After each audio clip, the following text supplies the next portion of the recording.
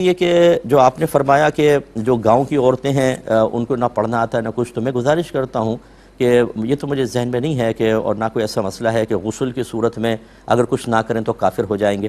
ہاں یہ ہے کہ مطلب اگر عورت ناپاکی کی حالت میں ہو اور مرد اس سے حلال سمجھ کر جسمانی تعلق قائم کرے، باقاعدہ جسمانی تعلق جس کو کہا جاتا ہے، تو وہ کفر تک پہنچ جائے گا، کیونکہ حالت حیض میں مردوں کو عورتوں سے مطلب جسمانی تعلق قائم کرنا حرام نص قطعی سے ثابت ہے قرآن عظیم کی۔ اب کوئی حلال سمجھ کے کرے تو دائرہ اسلام سے خارج ہوگا، باقی غسل میں تو ایسا مسئلہ نہیں ہوتا۔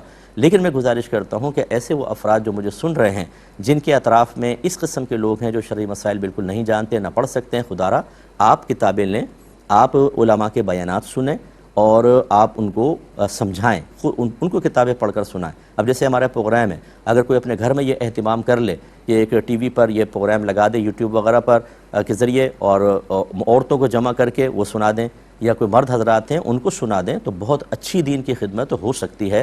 تو اس لیے کوشش کیجئے کہ یہ صرف ذمہ داری علماء پر نہ ڈالیں۔ ہم پوری کوشش کر رہے ہوتے ہیں، اور یقین کریں رات دن ہم کام کر رہے ہیں، رات دن اپنی بس پرسنل جو ایکٹیویٹیز ہیں اس کے بعد پھر ہماری اور کوئی ایکٹیویٹی نہیں ہے، صرف دین کا کام ہے۔ تو ہم لیکن اس کے باوجود پبلک اتنی زیادہ ہے، کہاں کس مقام پر پہنچیں گے۔ اس لیے میرا تو مشن ہے افراد تیار کرنا۔ میں صرف عالم اور مفتیہ تیار کرنے میں لگا ہوں کہ زیادہ سے زیادہ لوگوں کو علوم دینیہ سیکھنے کا موقع ملے۔ فرد ہوگا تو سیکھنے کا موقع ملے گا۔ میں آپ سب سے گزارش کرتا ہوں کہ آپ بھی اس جہالت کے خلاف علمی جہاد میں ہمارا ساتھ دیں۔